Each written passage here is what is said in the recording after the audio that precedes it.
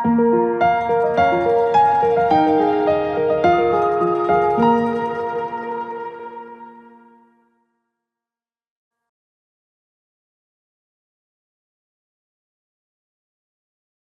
Ken Paulson, the director of the Free Speech Center at Middle Tennessee State University, and this conversation is brought in part with a partnership of the John Seigenthaler Center for Excellence in First Amendment Studies and the American Society for News Excellence. And we're so pleased to have these two gentlemen here. First of all, congratulations on winning the Pulitzer Prize, Mr. Kaplan and Mr. Mierjeski. You're much too young to be this honored. Thank you, sir. Have you gotten over the shock? And it was exciting. It was an exciting week when we found out. Yeah. Well, for those who may not have been at your Pulitzer Prize party, could you share a little bit about this investigation, which I'll recap briefly.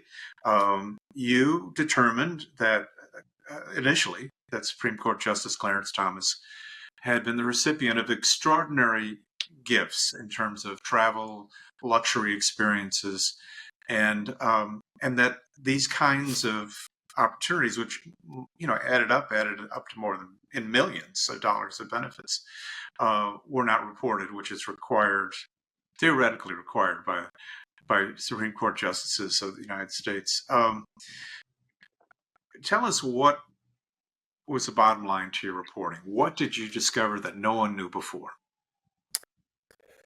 It's a great question. There had been little hints of things like this that had come up over the years involving Supreme Court justices.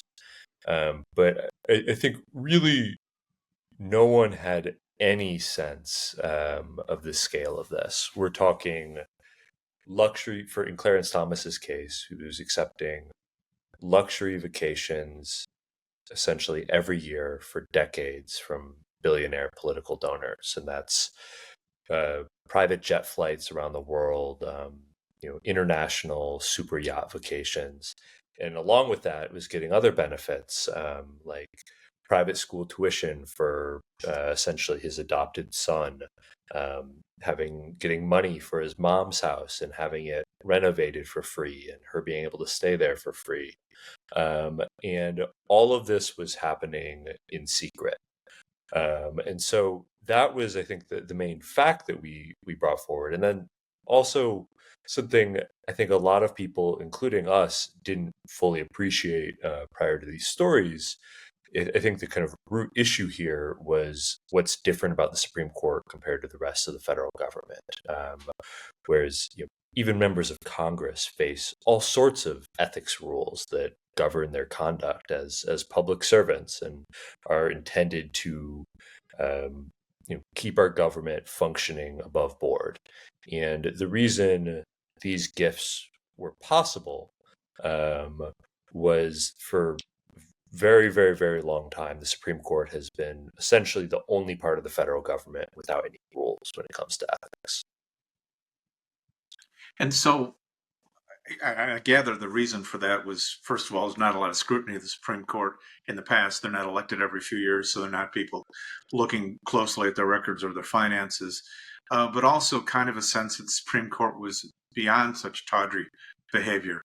And I'm curious, we'll talk also about Justice Alito and your revelations after that initial reporting. What was Justice Thomas's reaction to your initial inquiry? Did he respond? No. And so to explain a little bit about how this process works normally with journalism is anytime we're writing an article that involves anyone, especially if it's something that could be interpreted in a negative way, we reach out to them ahead of time for comment.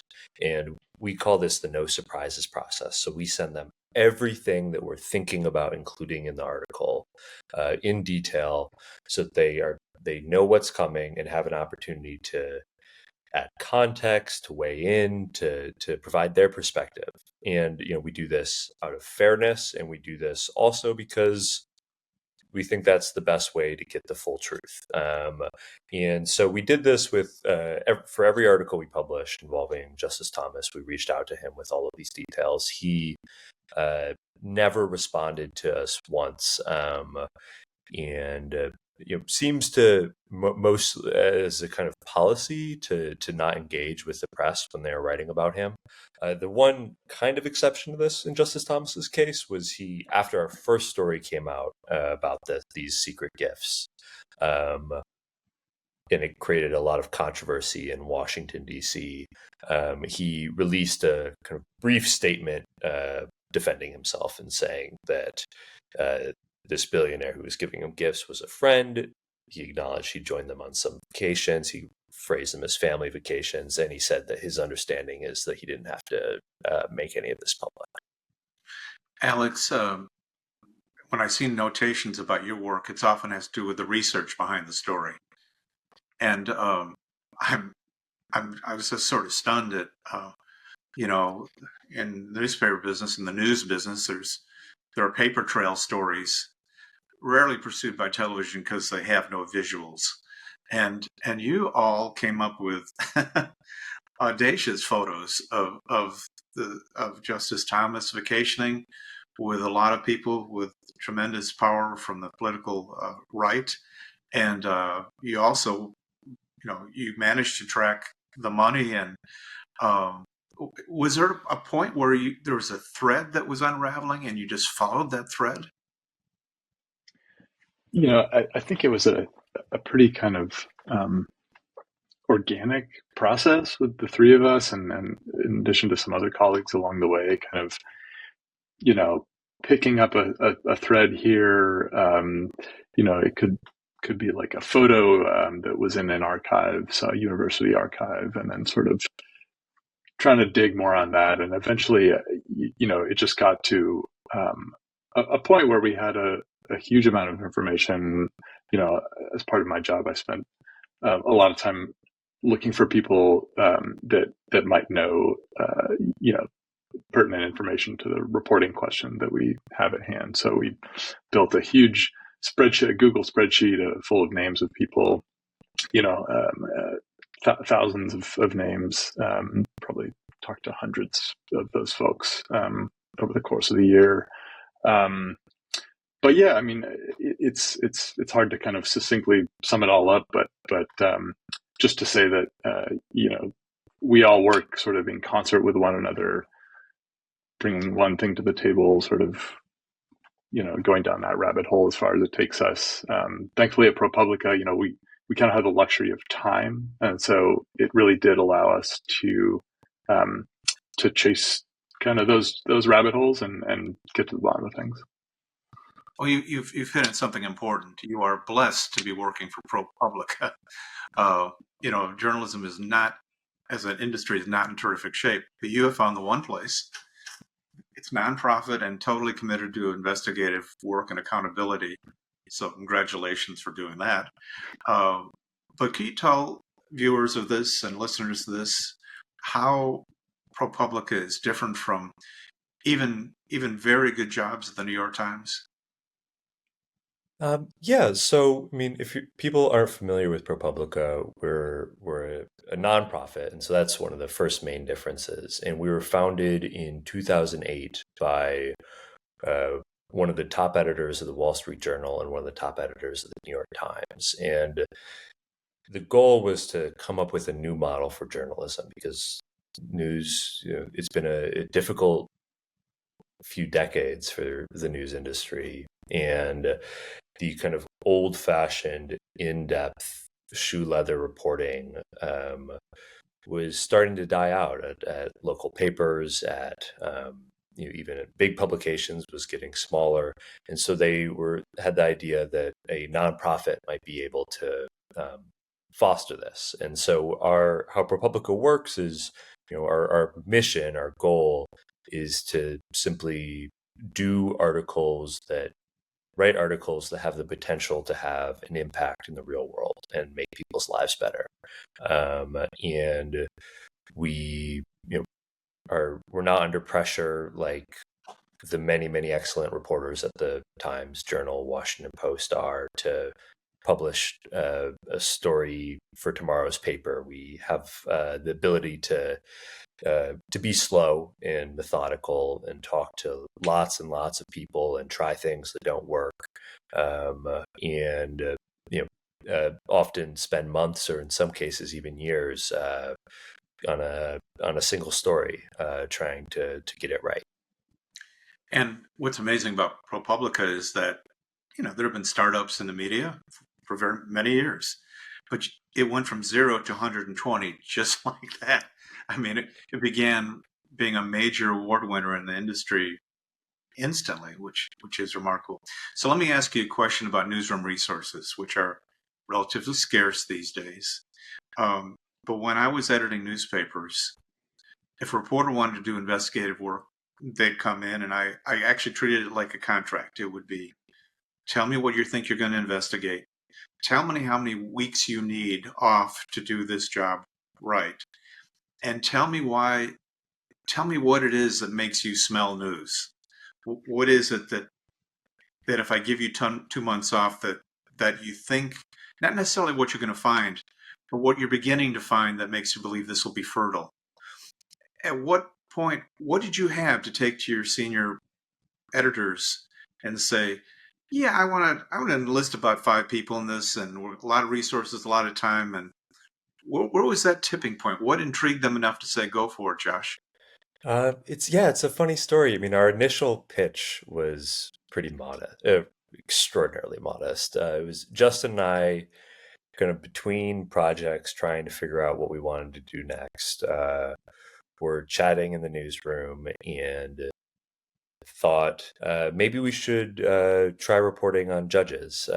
Just the judiciary as a branch of government seemed like it didn't have the kind of routine scrutiny of the other branches. And our initial plan was that we would focus on the lower courts. So judges that are still very important, but less powerful than the Supreme Court justices, because that seemed to really not get any attention. But as we were, when we start out on a project, we often spend a lot of time reading and calling people who are smarter and better informed than us, trying to generate ideas.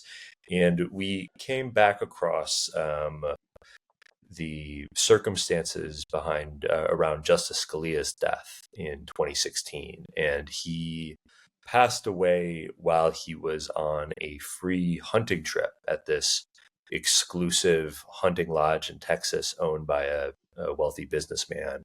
And this trip only came out because he happened to pass away while he was there, which raised the question, is this happening other times but never coming out, this sort of thing in the Supreme Court? And we found these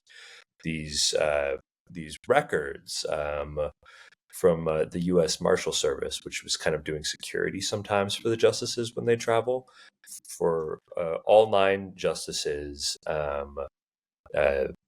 when they're going anywhere, all 9 justices when they're traveling, and these were extremely redacted. So even the name of the justice in question was blacked out. The purpose of the trip was blacked out, but it was enough to know that some justice, unclear who, went from, say, DC to Boston on X date. And this was thousands of pages of records. And at first glance, it looked so boring that we thought maybe no one's ever read these before. And so me and Justin and Alex decided, let's sit down, let's read this all and see if we can find any interesting clues. And buried in there on page, say, 1600, was a mention of a private jet. And it was some justice flying from DC to New Haven and back on the same day on a private jet, which struck us, especially because for those of you who aren't near the East Coast, New Haven and DC are very close together. It's an incredibly easy and affordable train ride. And so we thought, let's try to figure out if we can identify what's going on here. And this was one of Alex's fantastic research finds. He found a Facebook page for aviation enthusiasts in New Haven that said on the day in question, we were honored to have a visit at our airport from Justice Clarence Thomas today, and a video of a private jet landing. So we're like, okay, we think we probably have a good idea of what justice this is. And then we got some more records of all the planes that went in and out of New Haven that day. And the only plane that made the route that's described in these U.S. Marshals reports was Harlan Crow's jet. And so we thought, okay, we think we know what happened in this case. And we called around, and that little flight would have cost about $75,000 if Clarence Thomas had taken it himself. And so that's when we were able to go to our editors and say, this seems like maybe the sort of thing that you'd do if you were in the habit of doing this. Let's try to figure out if this is a pattern. So to be clear, in fact, I think we were. I want to make Harlan Crow is a mega donor who gave the bulk of the gifts to Clarence Thomas. So that's the first time you connect the two in your own reporting. Yes. Sorry, Alex. Oh no, I was just going to say, I think we were almost considering doing that as kind of a standalone story, and got some encouragement to keep on digging, and glad we did. Alex, I'm curious. Did you guys have to rely on anything that wasn't public or in the hands of the public? Yeah, there was a lot of reporting through sources, talking to sources who were able to share information that wasn't necessarily public in some But the documents instances. The documents themselves were all public records. No one slipped you anything. I'm really asking. So I can. So some of we used public records when we could, and we were always trying to think of avenues for that. And at the beginning, no one slipped us anything. There was no tipster who wrote in and said, pointed us to the direction of the story. Once the story got going and we were digging in, everything here, whether it's the luxury travel industry, whether it's private school tuition, the Supreme Court itself is shrouded in secrecy and not subject to public records laws. There's nowhere you can look up and see, who was on a yacht at this time. And so for that, we had to find sources who were insiders in some way, shape, or form. And, they were brave enough and courageous enough to share information that they, weren't supposed to be sharing, but that they thought was worth getting out into the public. It was a lot of, really the core of these stories was service workers who had seen some piece of this puzzle and were willing to help us, find the dots to connect here. Alex, when you've got a subject as high profile as this, you have to be kind of discreet. You're now walking into an office and say, hey, we're doing an expose about a Supreme Court justice. You're trying to keep it as low key as possible, but there is a reflexive attitude by office holders and record holders not to give you anything, anytime, for any reason. Is there a technique you use to solicit positive results?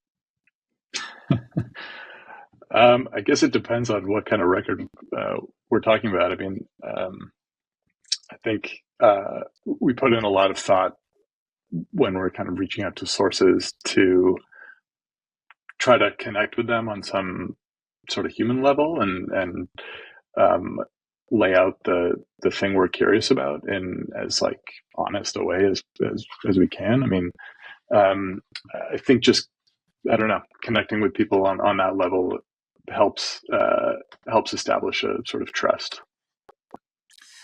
So after you wrote this extraordinary series of stories, Friends of the Court,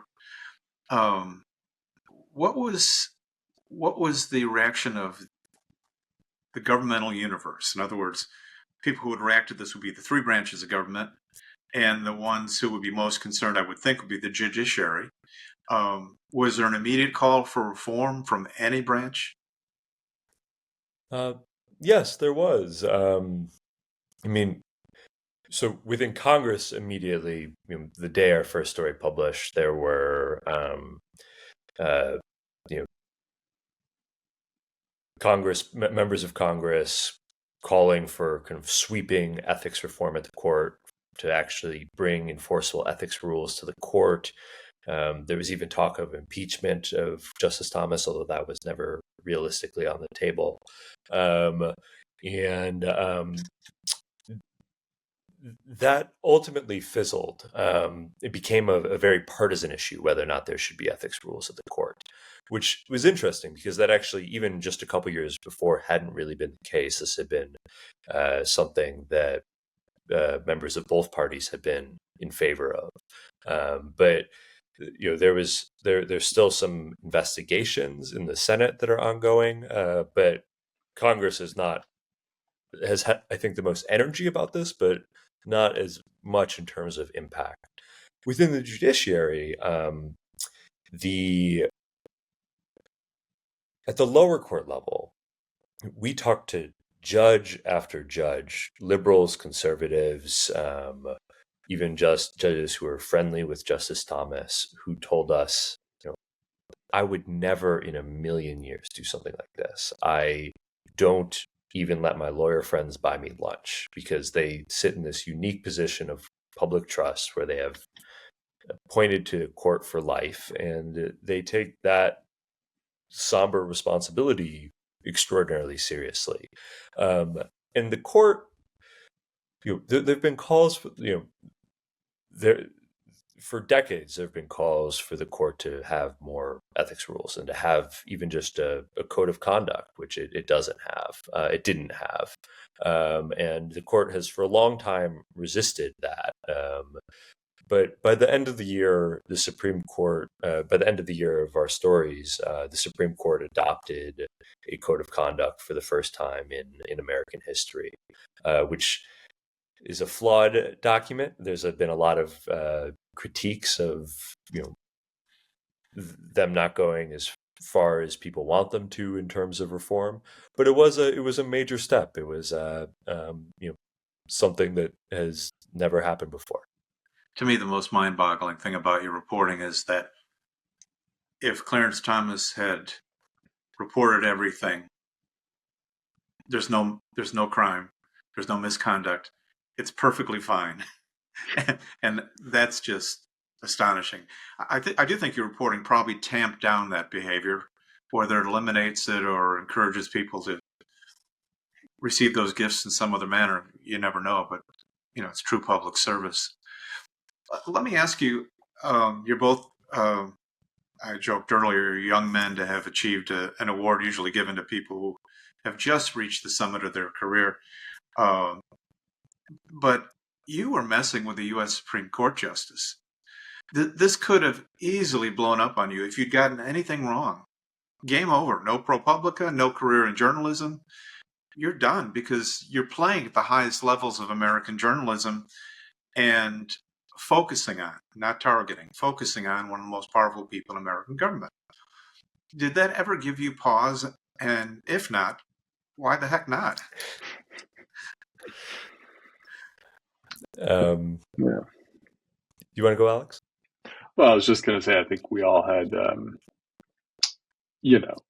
quite high levels of stress that night before the first story published and before all the stories published, just, crossing T's, dotting I's, making sure everything was shipshape.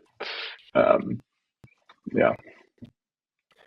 Yeah. I mean, I think you're always nervous before any story publishes that you're going to get something wrong. The high profile nature of this definitely intensified that. So it was a lot of tossing and turning that night, but also, I think is for speaking for both of us and the rest of the team,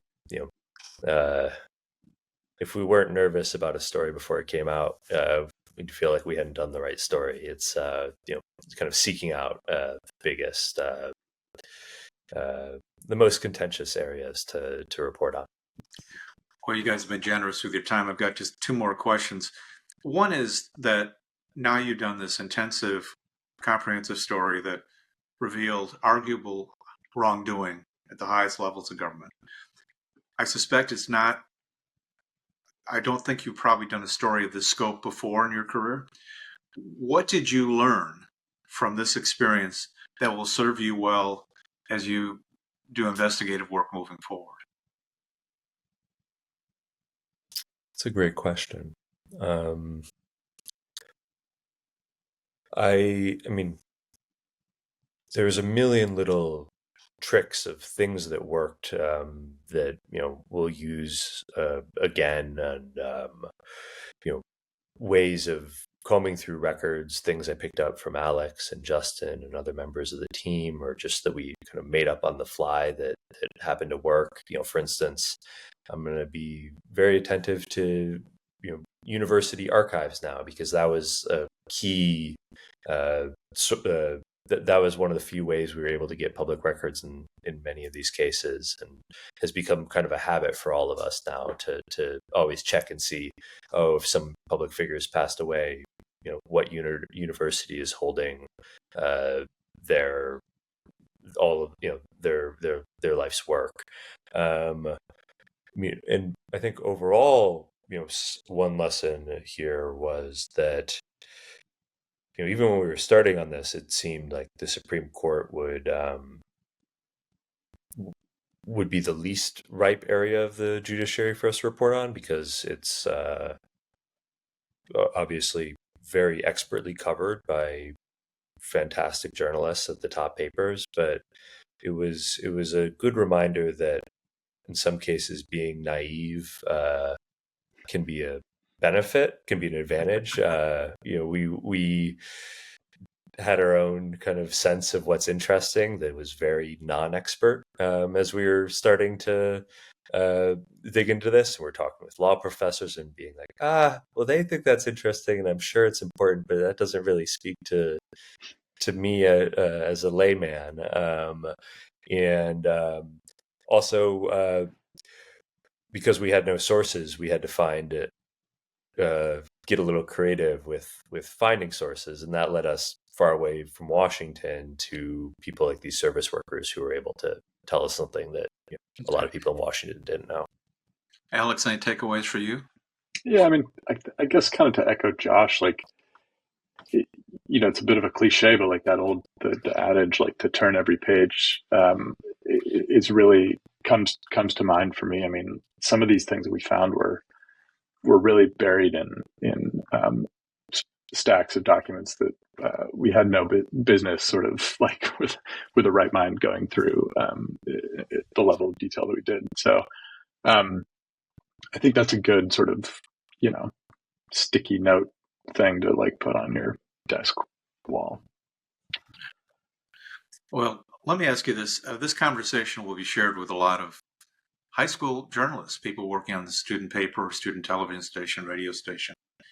And many of them have heard, actually have been actively discouraged not to pursue journalism. But I think you've seen a form of journalism that can be richly rewarding. What are you telling a 16-year-old about the benefits of American journalism as a profession?